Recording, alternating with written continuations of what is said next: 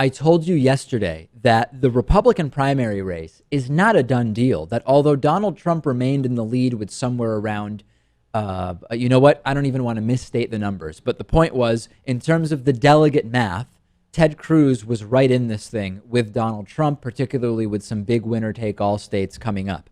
Could the next week decide the Republican primary race? I'm not so sure. Let's see what we have on tap tonight, Lewis. Tonight we have Idaho with 32 delegates at stake. Donald Trump is ahead there.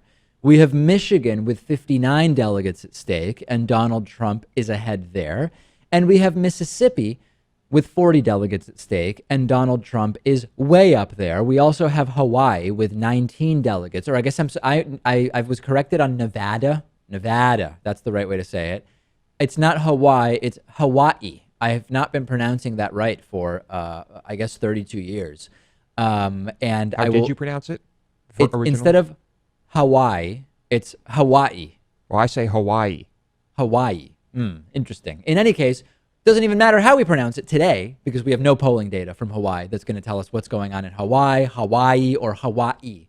In any case, what is the situation here more broadly speaking? MSNBC's Benji Sarlin wrote an article saying this is the last week that the Republican Party has to stop Donald Trump's path to the nomination, starting with tonight's primaries and going all the way through those 1 week from tonight, March 15th, where Ohio and Florida are winner take all 1 week from tonight. If Trump wins those, at least we are looking at a contested convention, if not Trump winning the nomination outright.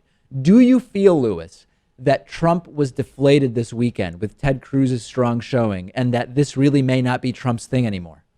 I don't think so. I think Trump is still looking relatively strong, and Cruz is definitely going to win certain states. That's just going to happen. That's a given. So Florida's big, but I'm not counting Trump out at all. I think no matter what happens, Trump is going to be in this because even if he isn't the Republican nominee, let's be real here, he's going to run as an independent. I hope you're right. We're going to talk about that in the next segment. But before we do that, Donald Trump won a caucus in Kentucky and a primary in Louisiana, but by smaller margins than similar states like Alabama and Tennessee the week before.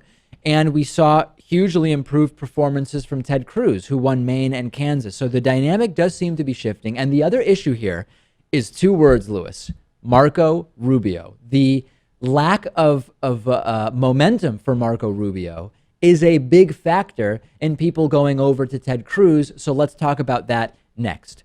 The online news world is getting pretty cluttered with lots of nonsense. There's the so-called news sites that rewrite news articles, and then there's the websites we all know that we just can't trust.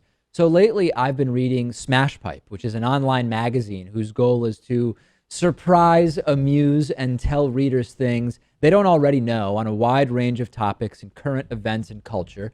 SmashPipe is less interested in trending topics than in what's actually going on.